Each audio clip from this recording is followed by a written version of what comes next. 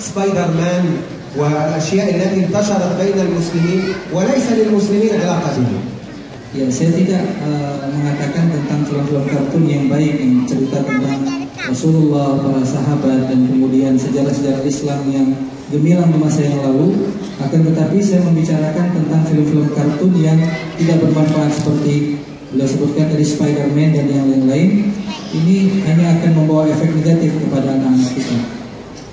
دراسة تمت على 1300 طفل. Ya, ada sebuah penelitian yang dilakukan terhadap 1.300 anak-anak. يجعلون الأطفال يشاهدون التلفاز يوميا لمدة ساعتين. Mereka menjadikan atau mereka meminta anak-anak atau menyiapkan anak-anak tersebut untuk menonton TV dalam setiap harinya 2 jam.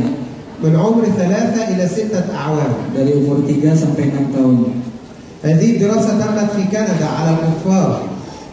Penelitian ini berlangsung di Kanada, negeri orang kafir. يريدون أن يعرفوا تأثير مشاهدة التلفاز على الأطفال في العمر الصغير. Mereka ingin mengetahui efek dari menonton film atau kartun ini terhadap anak-anak kecil. لما بلغ هؤلاء الأطفال عمر 6 ketika anak-anak tersebut menginjak usia yang ke-6, وجدوا عندهم تراجع وتخلف في تحصيل المواد العلمية بنسبة 7%. Mereka mendapati anak-anak tersebut menjadi terbelakang kemampuan mereka dalam persentase 7%. Kemampuan mereka menjadi berkurang dari 7%. وتراجع وتخلف في تعلم مادة الرياضيات خاصة بنسبة أكبر من ذلك. Dan kemampuan mereka dalam bidang matematika dan hitung-menghitung itu menjadi jauh lebih mundur dari angka tersebut. هذه الأكاديمية التي قامت بهذه الدراسة akademi ini yang melakukan penelitian ini كان لها توصية. Ini mempunyai beberapa tausiah, beberapa nasihat. Ya, beberapa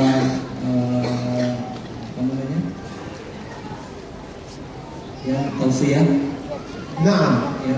هذه التوصية كانت أن الأطفال في عمر صغير أقل من 6 أعوام يجب ألا يشاهدوا التلفاز أو يتعاملوا مع الإلكترونيك جيمز أو غيره غير 2 ساعات كل أسبوع.